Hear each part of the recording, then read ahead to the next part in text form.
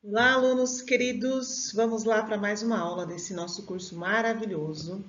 Falando aqui sobre educação infantil, vamos falar hoje sobre a normativa número 1, a avaliação na educação infantil aprimorando olhares. Esse documento é muito importante para a educação infantil paulistana. Ele, na verdade, é um marco muito importante para a educação infantil porque foi o primeiro documento que realmente estruturou, que realmente organizou a avaliação na educação infantil.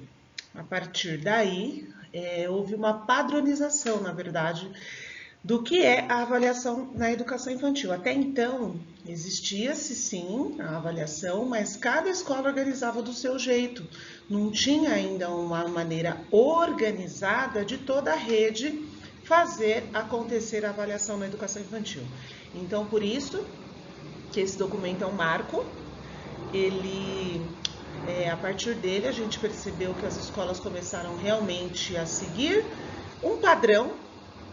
A gente é meio contra padrões, mas não é padrão no sentido de que todos têm que fazer da mesma maneira, mas no sentido de que houve uma organização da avaliação na educação infantil. E isso sim é importante, é entender que depois dessa organização, nós começamos a tratar a avaliação na educação infantil na Prefeitura de São Paulo como algo ainda mais respeitoso, com mais respeito, com mais dedicação. E tudo que a gente se dedica, a gente tende a aprimorar, a gente tende a realmente dar um novo olhar. Então, esse documento ele foi importante porque nós começamos a pensar de uma maneira diferente a avaliação. Por quê? A avaliação, ela tem sim uma função, e é isso que vocês precisam entender. A função da avaliação, ela não tem o objetivo de ser classificatória, ela não tem o objetivo de expor o aluno. Esse era o grande medo de se falar em avaliação na educação infantil, porque numa concepção tradicional, a avaliação ela tem o sentido de classificar, de ver quem foi bem, quem foi ruim e colocar ali nota azul, nota vermelha, se passou, ele se não passou. E isso é que a gente precisa retirar, esse conceito. A avaliação, seja na educação infantil ou em qualquer etapa da educação básica, ela tem que ser vista de uma maneira formativa. Ou seja, é uma avaliação sim, mas ela está a serviço, ela está a favor da aprendizagem. E é isso que vocês precisam entender, essa concepção. Então, a gente não precisa ter medo, não precisa ter receio de falar na avaliação na educação infantil, porque ela serve exatamente para isso. Ela está a serviço da aprendizagem. Você avalia para quê? Você avalia para perceber onde o seu trabalho pode ser ainda mais efetivo. Você avalia para diagnosticar se o seu trabalho está ou não no caminho certo. Então, a partir do momento que você faz essa avaliação, ela serve como um parâmetro para o trabalho do professor e não para classificar o aluno. Antigamente, a gente sabia que o professor bom era aquele que dava notas ruins. Hoje, o professor que dá notas ruins quer dizer que o trabalho que aconteceu naquele período não foi tão efetivo. E essas notas ruins, elas servem sim como um parâmetro para que ele perceba que ele precisa mudar os rumos do seu trabalho. Então, é nesse sentido que a gente vai falar e a gente fala com tranquilidade da avaliação da educação infantil.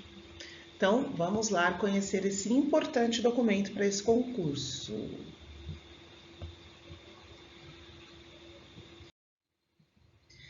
Esse aqui é o documento, né? Esse amarelinho, bonitinho aí, que se chama Orientação Normativa número 1, a avaliação na educação infantil aprimorando olhares.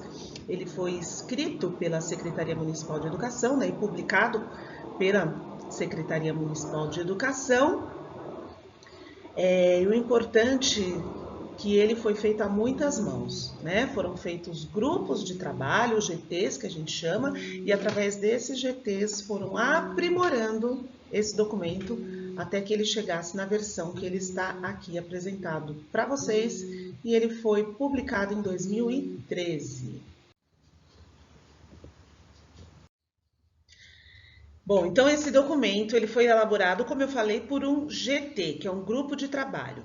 Ele apresenta reflexões sobre a concepção da educação infantil de criança e infância, de currículo, o perfil do educador da infância, a participação da família e o projeto político-pedagógico. Então, são essas concepções e sobre isso que a gente vai falar aqui agora. Cada item desse documento defende a ideia de criança potente, criativa, inventiva, sujeito de direitos, que se constitui no tempo e no espaço social e que, a partir de seu modo próprio de ver e compreender o mundo, produz culturas infantis. Então, só essa frase aqui, ela já é muito importante, ela pode ser usada, inclusive, numa dissertação. Inclusive, no último concurso de PEI, né, de 2015, que é professor de educação infantil, os professores que trabalham no SEI, essa orientação normativa esteve presente em 2 questões de dissertação, para vocês verem a importância disso. Ela fala, sim, sobre a avaliação na educação infantil, mas a avaliação nada mais é do que um reflexo das suas concepções. Então, a maneira que você concebe a criança, a maneira que você concebe a própria avaliação, é a maneira que você vai direcionar o seu trabalho. Então, se você vem de uma perspectiva tradicional, onde a criança ela é uma tábua rasa, né, que a gente falava, onde a criança precisa aprender e só aprender e ela não ajuda nesse processo, então você tem um tipo de avaliação. Então, por isso que a avaliação antes na educação infantil ela não fazia sentido, porque se você vai avaliar só o que a criança sabe, e isso não vai servir como um parâmetro para o seu trabalho, fica meio sentido a avaliação na educação infantil. Mesmo porque, seja qual for a concepção, na avaliação, na educação infantil, a gente avalia, mas ela não tem peso, dimensão, no sentido de reprovar ou não a criança. Independente de como ela estiver no processo, ela vai ser aprovada. Ela não vai ser para reter a criança. Você vai repetir e não vai para o ensino fundamental porque você não sabe as cores. Não, não existe isso. Então, a concepção que você tem de criança, de currículo, ela está presente na avaliação. Então, você avalia de acordo com o que você acredita. Então, é por isso que a gente colocou isso aqui, ó, que cada item desse documento defende a ideia de criança potente, uma criança criativa, uma criança inventiva, que é sujeito de direitos. Isso é muito importante a gente entender. Antes a gente falava em expectativa de aprendizagens, hoje a gente fala em garantia de direitos de aprendizagem. Então, ela é sujeito de direitos e o principal direito que a criança tem é o direito de aprender, o direito de aprendizagem, que se constitui no tempo, no espaço social e que, a partir de seu modo próprio de ver e compreender o mundo, produz culturas infantis. Então, isso a gente precisa entender. O que é esse modo próprio de compreender e ver o mundo? A gente precisa valorizar tudo que a criança traz. Mesmo o bebezinho pequenininho lá no SEI, ele já traz alguma coisa da sua história. Ele já traz alguma coisa da sua família, já traz alguma coisa das relações sociais onde ele vive. E a gente vê que desde pequenininho essas relações sociais influenciam no seu modo de viver. Se a gente está falando de uma criança de uma comunidade carente, é uma criança. Se a gente está falando de uma criança de uma comunidade que tem um pouco mais de privilégios sociais, é outra criança. Então, influencia sim, e muito. O meio social em que ela vive, o momento histórico em que ela vive. Hoje a gente está vivendo um momento histórico onde a gente está procurando descolonizar o currículo, onde a gente está procurando tirar o machismo do mundo, né? Não só da escola, do mundo. Então, quando a gente fala em concepções em uma criança de determinada etnia, a gente vai ver que a infância para ela é diferente de uma criança de outra etnia. Ela sofre influências naquele meio social que influenciam e que mudam o jeito dela de ver o mundo, de viver, de conceber as relações. Né? Para uma, o mundo é mais hostil do que para outra. Quando a gente fala em diferentes gêneros, para uma criança menina, a infância é diferente do que para uma criança menino. né? As relações são diferentes, as concepções, o que pode, o que não pode, brinquedo de menino, de menina, tudo isso influencia no jeito da criança ser. E tudo isso a gente tem que levar em consideração em todos os momentos da educação. Então, esse documento também traz subsídios para a construção de um currículo integrador, que rompa com a cisão entre. Isso aqui é muito importante, gente, ó. Traz subsídios para a construção de um currículo integrador, ó, currículo integrador, que rompa a cisão entre SEI e EMEI, EMEI e EMEF. Aqui a gente já tem vários elementos para se trabalhar. Não tem que ter essa ruptura entre EMEI e SEI, o trabalho tem que ter uma continuidade. Principalmente entre EMEI e EMEF, onde ocorre a principal ruptura. A criança chega na EMEF, né, de dezembro para janeiro, ela tem que mudar o jeito dela de ser, de viver. Aí ela chega lá na escola, agora você está na escola, agora você está na EMEF. Agora você não tem mais brincar, aqui a gente só vai estudar, a maneira de organizar a escola é diferente, e isso não pode acontecer, por quê? A criança na EMEF, ela está indo, primeiro que ela está indo mais cedo para a EMEF, né? Porque agora com o ensino de 9 anos, a gente aumentou um ano no começo, então ela está indo mais cedo para a EMEF, isso tem que ser considerado. Então ela chega lá, o ciclo da infância dela não rompeu, não é porque ela chegou na EMEF que ela deixou de ser criança. Então ela precisa ser acolhida nessa infância. Ela chega lá na EMEF ainda com a infância ali, né, atuante. Então não pode ter essa cisão, tem que ter uma continuidade, tá? O brincar, e outra cisão que não pode ter entre o brincar e o aprender. Na educação infantil, a gente trabalha numa dimensão indissociável, ou seja, não se desfaz a questão do brincar e do aprender, eles estão juntos. A criança aprende brincando e ela brinca aprendendo. Então isso está junto, não tem essa, agora a gente só vai brincar, agora a gente só vai aprender, mesmo porque o brincar, ele é um eixo da educação infantil, é através do brincar que a criança aprende, então não tem que ter essa cisão entre brincar e aprender, eles estão juntos.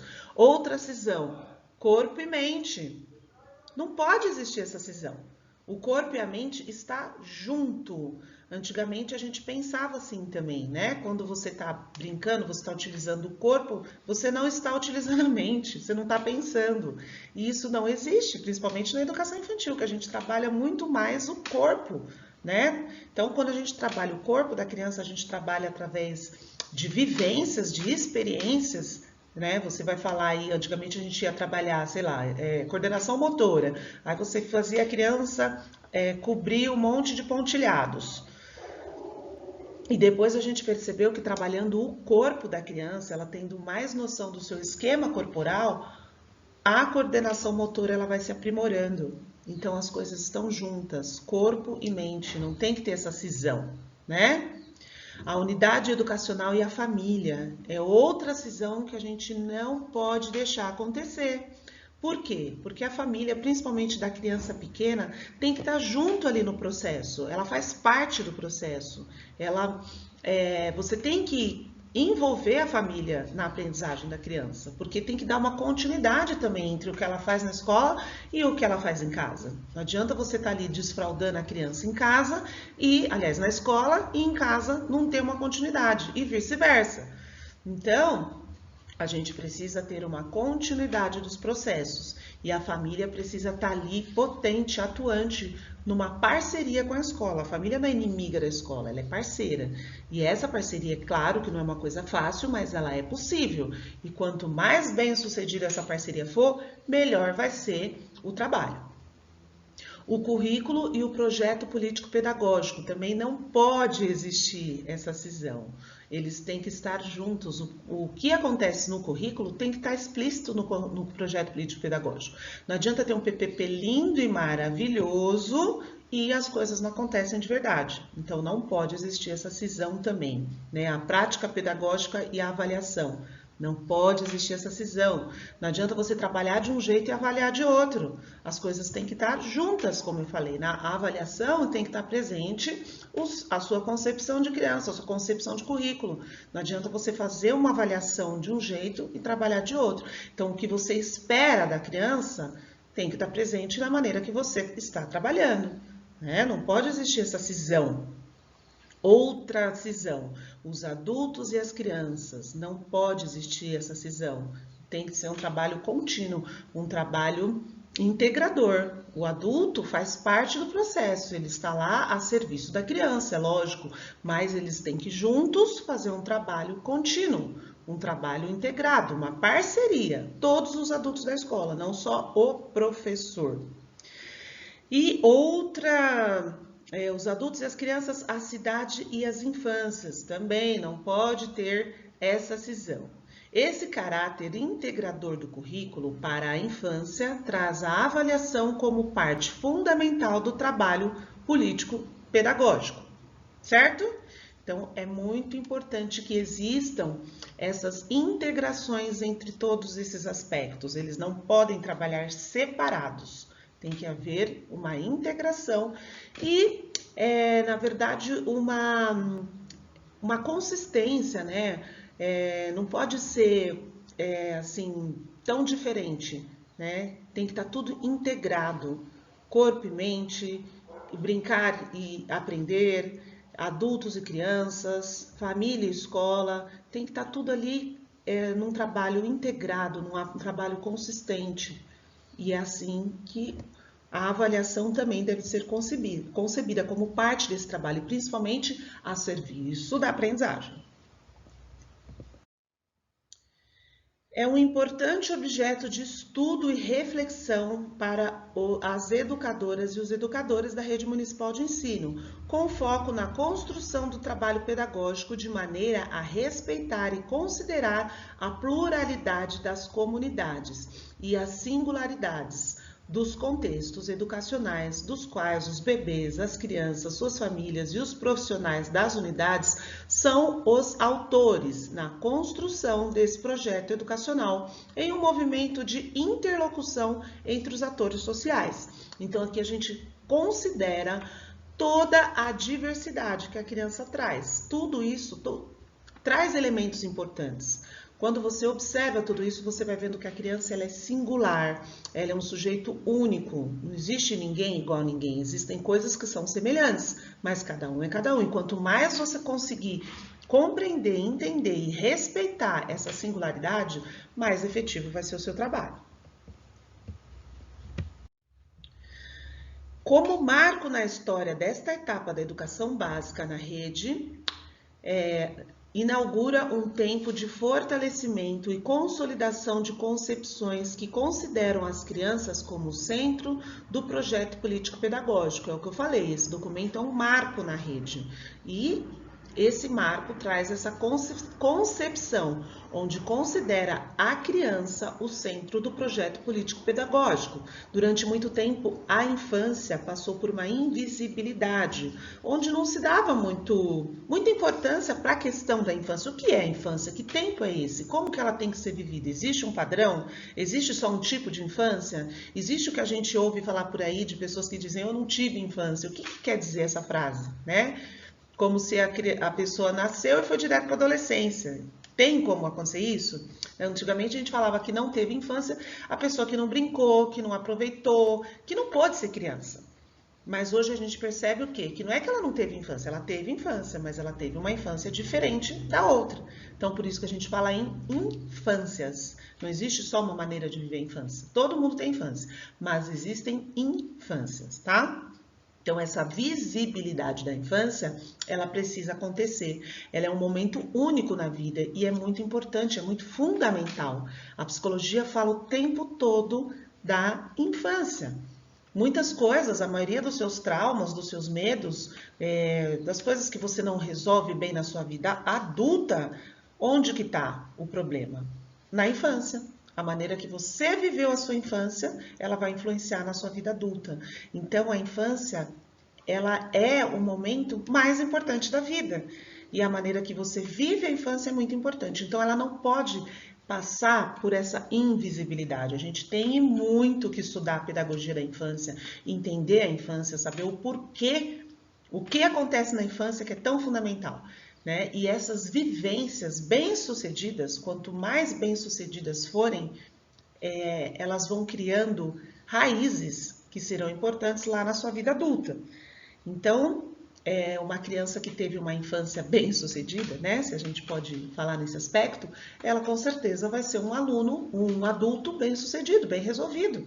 Agora, uma pessoa que teve problemas ali na infância, teve traumas, teve ganchos, coisas que não foram bem-sucedidas, com certeza isso vai influenciar na sua vida adulta. Então, a infância é a fase mais importante da nossa vida, né? E, infelizmente, a gente vê diferentes infâncias e muitas infâncias que não são respeitadas, porque a criança é um sujeito de direitos, ela tem direitos, ela não tem deveres. Qual que é o dever que a criança tem? Ela tem o direito de ser criança, de ser respeitada, de ser amada, de ser cuidada, né? E o espaço da educação infantil tem que garantir isso, porque muitas vezes em casa, a maioria das vezes, né, em casa, onde ela deveria ser coberta desses direitos, ela é tolhida desses direitos. Então, a criança, na escola, ela precisa ter os direitos garantidos, né? Pelo menos na escola. Ela não tem que ser colocada em situações vexatórias, ela não tem que sofrer medo, angústia, não. Ali tem que ser um espaço de vivências boas, vivências significativas, vivências que realmente deixem a criança ser criança, tá? Então, esse documento também, além de trazer essa visibilidade e essa criança como centro do projeto político-pedagógico, ele também organizou a concepção de avaliação na educação infantil, como eu já disse. Então, nós temos aqui os capítulos que a gente vai ver agora, certo?